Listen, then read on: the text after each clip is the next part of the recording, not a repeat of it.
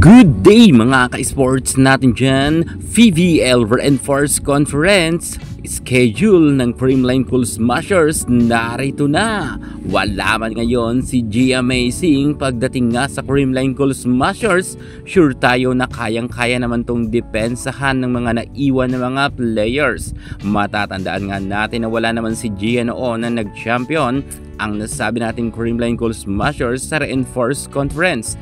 At muli si Kyle Negrito nga ang mangunguna bilang main setter. Pero alam nyo ba na ang Creamline ay hindi rin basta-basta magpapaagaw nga ng corona. Malakas pa rin ang Creamline Cool Smashers at dahil nga sanay nga sila sa gitgitan na laban, talagang pagbibigyan nila ang kanilang mga makakatapat ng magandang laban. Creamline players, mga makakatapat nila, narito na. Panoorin ninyo ang ating vlog hanggang sa dulo para malaman nyo ang kanilang full schedule sa Reinforced Conference. Pero bago ang lahat, kung bago ka sa akin channel, subscribe na, click ang ating notification bell para lagi kang updated sa lahat ng issue sa volleyball. Susunod na.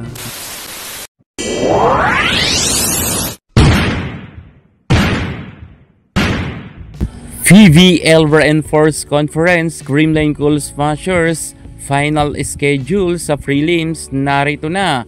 Una nga nilang makakasalpukan ang Akari Chargers. October 11 yan, Sabado ng hapon. Sa City of Dasmariñas, Cavite yan or Arena magaganap.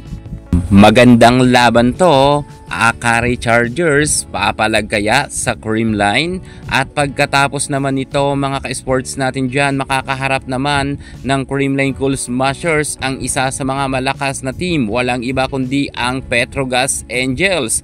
Magaganap naman to 6:30 ng hapon sa October 14 sa Smart Araneta Coliseum. Dito talaga mga ka-sports natin dyan, talagang makikipagpukpukan ng gusto ang Creamline Cool Smashers, lalo't nariyan nga si Brock Van Sickle at si MJ Phillips, plus meron pa nga silang import na si Vander Wady na isa sa mga malakas.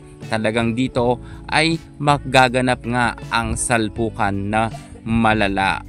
At pagkatapos naman ito, move nga tayo sa October 18, Sabado naman to sa Capital Arena sa Iligan City. Galleries Tower High Risers naman ang makakatapat ng Creamline Cool Smashers.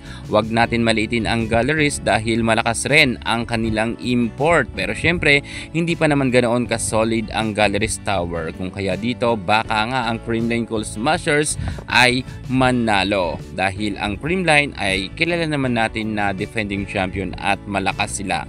At pagkatapos naman ng Galleries Tower High Risers, aabante naman tayo sa October 23 kung saan sa Phil Oil Eco Oil Arena naman magaganap ang kanilang salpukan.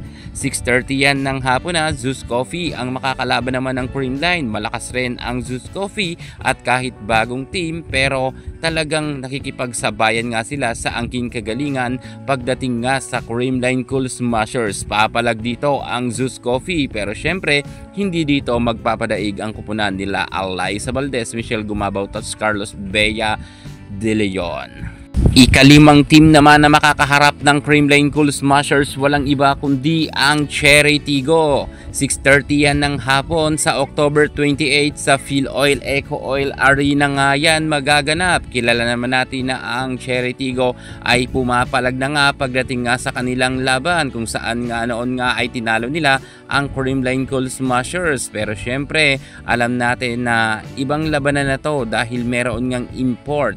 Mas malakas ngayon ang Creamline, malakas nga ang nakuhang import ng CCS. So yan na nga mga ka-sports natin dyan ha. Ipinasilip ko na sa inyo ang full schedule sa prelims ng Creamline Cool Smashers. So ulitin ko ha: Akari Chargers, Petrogas Angels, Galleries Tower High Risers, Zeus Coffee at Cherry Tigo. Yan ngang limang team na yan ang makakaharap ng Creamline Cool Smashers. Kaya supportahan natin ang papalapit na laban nga ng CCS. Alam ko marami man ditong mga bashers na nagsasabi na naman na laos na ang Creamline, pero malay malay natin, madepensahan nga nila ang kanilang corona kahit wala nga silang G-Amazing. Sa tingin ko naman malakas pa rin ang Creamline Cool Smashers at hindi nga sila papayag na maagaw ang corona or malaglag sila sa Final Four. Yan muna ang pinaka-latest natin sa mundo ng volleyball. Thank you so much. God bless.